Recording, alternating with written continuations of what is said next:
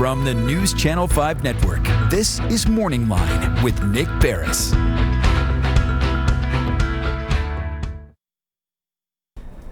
Good morning, everyone. Thanks for joining us on Morning Line. I am Nick Barris, and we've got a good show on tap for you here on this Wednesday. We'll open up the phone lines and let you join in the conversation, which is one of the things that's great about this show. You don't have to just sit and watch, but you can pick up the phone and give us a call and ask a question of our guest. And this morning, we're going to be talking about malpractice, all right, and the cases that are out there, whether or not you may have a case. If you have a question about a situation that maybe happened at a hospital or involving a doctor, you know, we can get into that, maybe something specific to what's happening right now with COVID-19, if that's changed things. And those are some questions we can ask of our expert who's going to join us now. He's a monthly guest and a friend of mine, Clint Kelly, joining us live now through the miracle of Zoom. Good morning to you, Clint, there with another fantastic backdrop.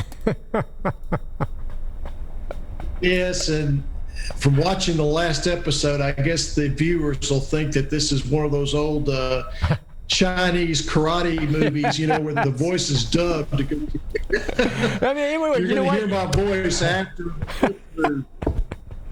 This is right. You get done talking, so you have to pause. Watch my eyes and listen.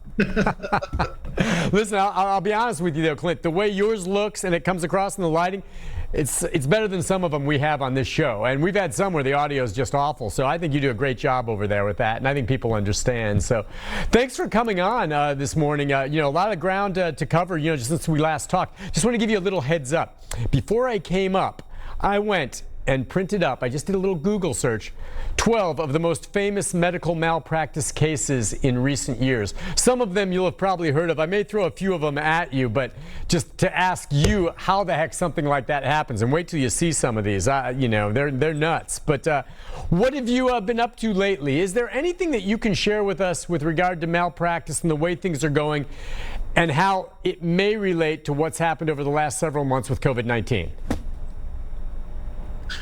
Well, I don't know how much we got into it the last show, but the COVID liability immunity bill passed the legislature, was signed by the governor, which gives businesses and healthcare providers what I like to call qualified immunity, meaning that if they comply with certain standards, you have to prove gross negligence by clear and convincing evidence, or else you have no claim.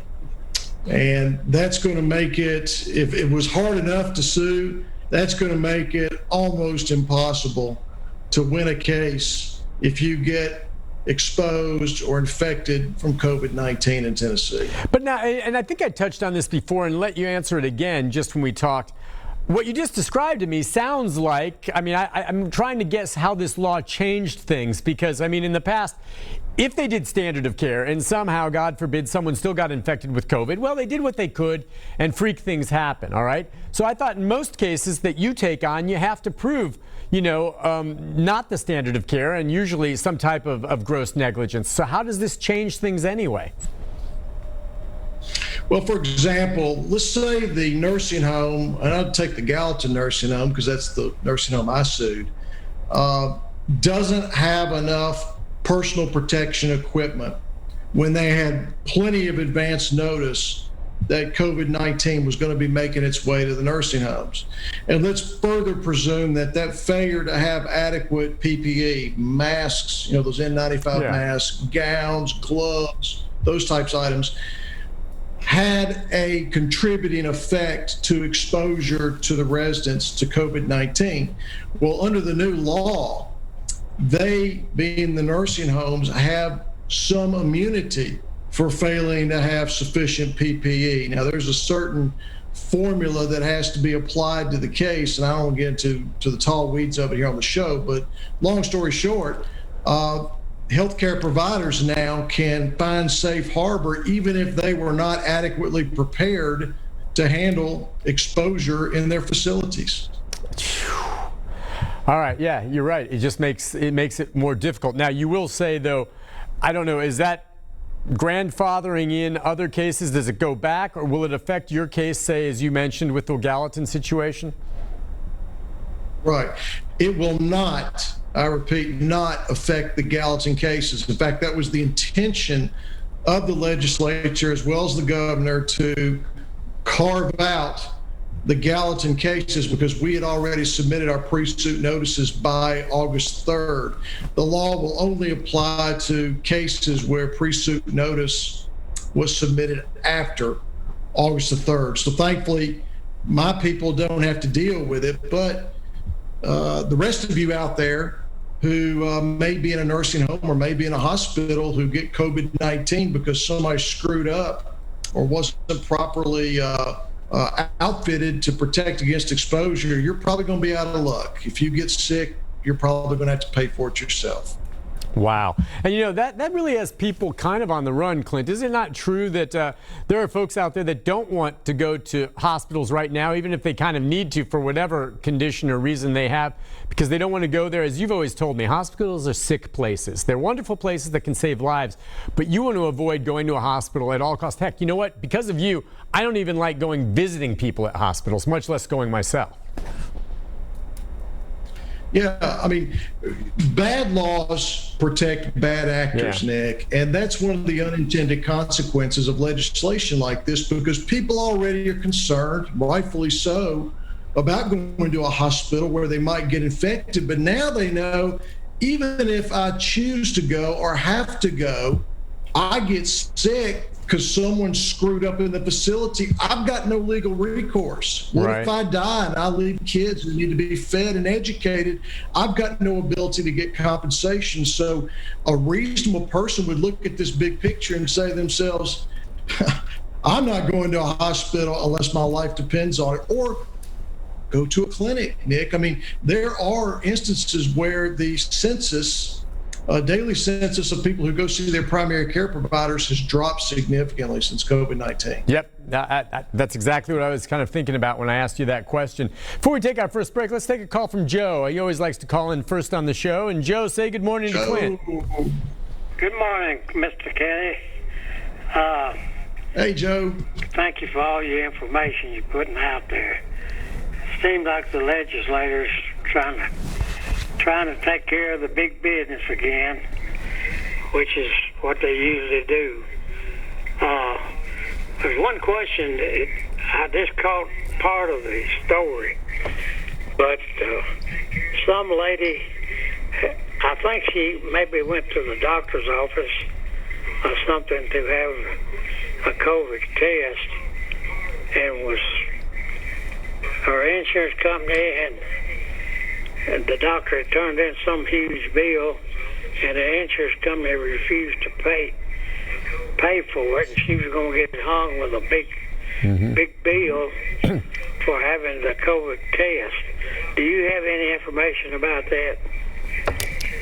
You know, and that was a Chris Conti story yesterday, which, the woman got saddled with a huge bill that's crazy for a COVID test that really, you know, most of us can get for free these days, you know? Yeah, you know, Nick, my son attends the University of Alabama. He can go to an on-campus clinic and get tested for free. Yeah. I don't see any rhyme or reason to circumstances where, on the one hand, my son can get it for free, and this poor lady that Chris Conti reported on is saddled with a neck-breaking bill.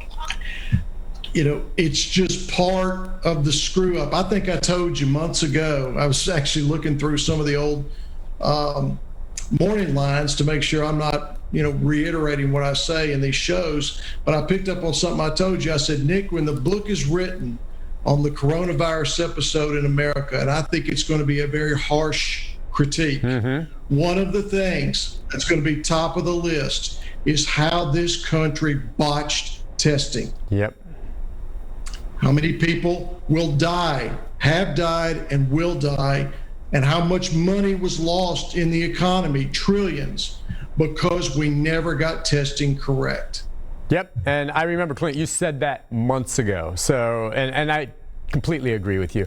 Listen, before we do go to the break, just want to, you know, so we're not just talking about COVID in nursing homes. Just give folks a sense right now of the basics with malpractice, and maybe someone sitting at home right now. And hey, there are still other cases going on, right, Clint? You're busy and you're working on other things as well. That's true. Even though there are a reduced number of people who are going to the doctor or hospitals, there still are people that go, and there's still bad care being delivered from time to time. The law is fairly simple.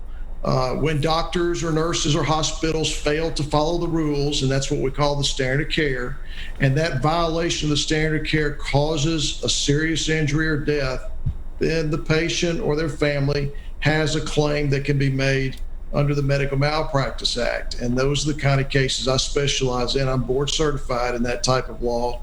And that is in essence, the specialization of my practice is to handle those cases. Gotcha. And remember, there's a 1-year statute of limitations.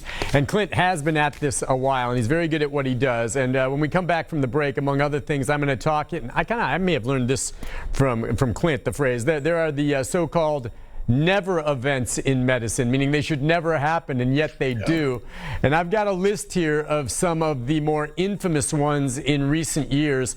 Some of the cases are some along the lines of what Clint has actually handled and how the heck this stuff happens. And certainly, if you have a question or comment about a case of your own, perhaps, give us a call. We'll take that. Be back with more with Clint Kelly right after this.